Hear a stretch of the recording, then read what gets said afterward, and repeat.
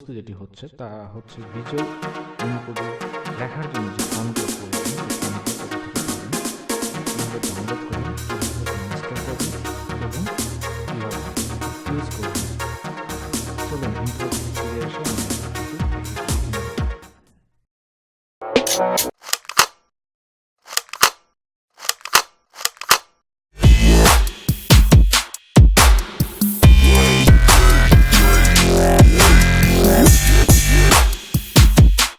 সবাইকে শুভেচ্ছা জানিয়ে শুরু করছি।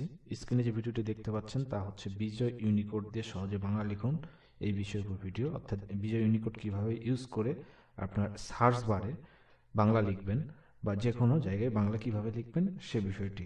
তো এই ভিডিওটি যদি দেখে না থাকেন আই বাটনে ক্লিক করুন, আই বাটনে ক্লিক করলে ভিডিওটি দেখে নিতে পারবেন। তো এই ভিডিওটির নিচে দেখুন আমি দিয়ে দিয়েছি, এবং আজকে যে ভিডিওটি দেখছেন সেটির নিচেও পাবেন ঠিক একইভাবে ডিসক্রিপশন পাবেন এখানে ইউনিকোড ফন্ট এবং অল বাংলা ফন্ট। তো আমরা এখানে ক্লিক করব, লিঙ্কগুলোতে ক্লিক করব এবং পরের লিঙ্কটিতে ক্লিক করব। ক্লিক করলে নতুন একটি উইন্ডোজ ওপেন হবে লিঙ্কগুলোতে ক্লিক করলে, এবং লক্ষ্য করুন এখানে 5 সেকেন্ড ওয়েট করার পরে স্কিপ দিস অ্যাড অপশন আসবে। সেই অপশনটাতে ক্লিক করে পেজটাতে রিডাইরেক্ট করতে পারেন। এরকম নতুন একটি ট্যাব আসলে সেটিকে ক্লোজ করে দিবেন। দেখুন এখানে পেজ একটি ওপেন হয়ে গেছে, অন্য পেজটি আমরা দেখে নিই।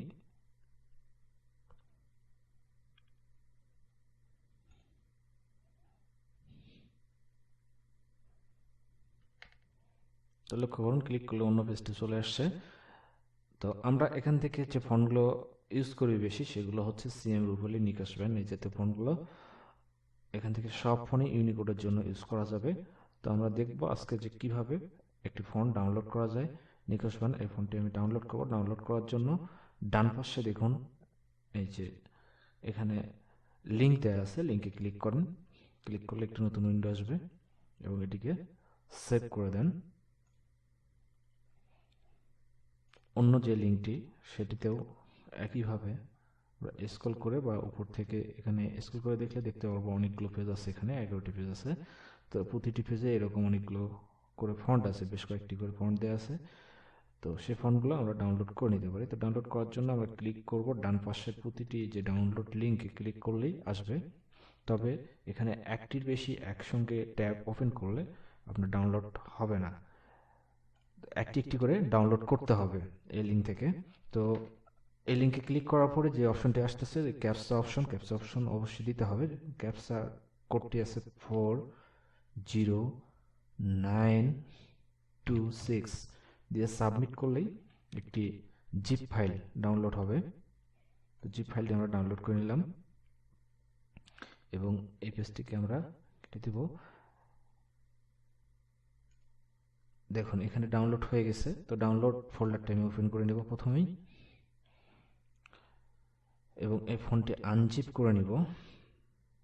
যেটি জিপ ফোল্ডারে আছে স্টার কল করে আনজিপ করব।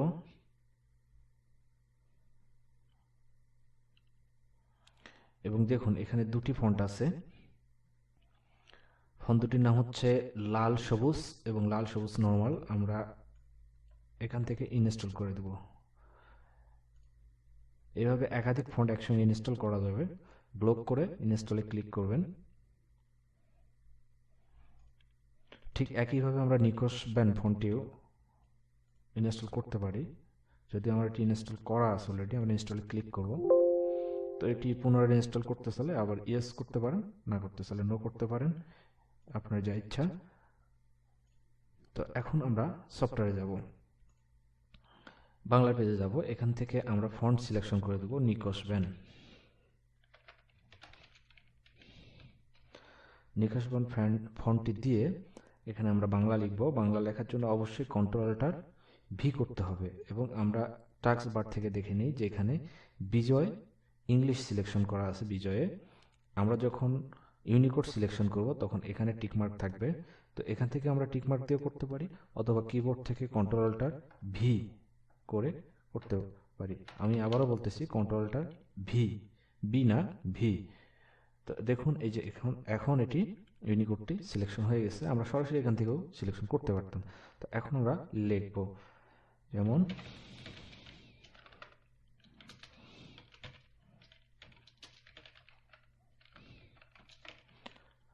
বা যুক্ত বর্ণগুলো বা পূর্ণিমা পূর্ণিমা ইত্যাদি এভাবে আমরা লিখতে পারি।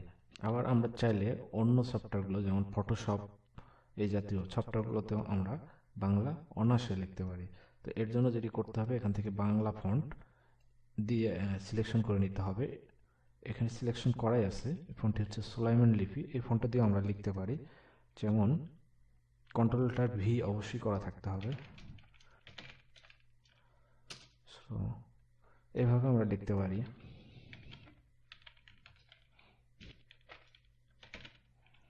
ইত্যাদি। তো এই ছিল আজকের ভিডিওর বিষয়। তো ভালো লাগলে অবশ্যই লাইক করবেন, লাইক দিবেন, কমেন্ট করবেন এবং সাবস্ক্রাইব করে অবশ্যই চ্যানেলটির সঙ্গে থাকবেন। কারণ হচ্ছে যে এখন থেকে অনেক ভিডিও আসতেছে চ্যানেলটিতে, যেগুলো কম্পিউটার রিলেটেড এবং আর্নিং রিলেটেড। তো অবশ্যই ভালো থাকবেন, আপনার চারপাশের মানুষকে ভালো রাখবেন, সেই প্রত্যাশায় আজকের মতো বিদায় নিচ্ছি।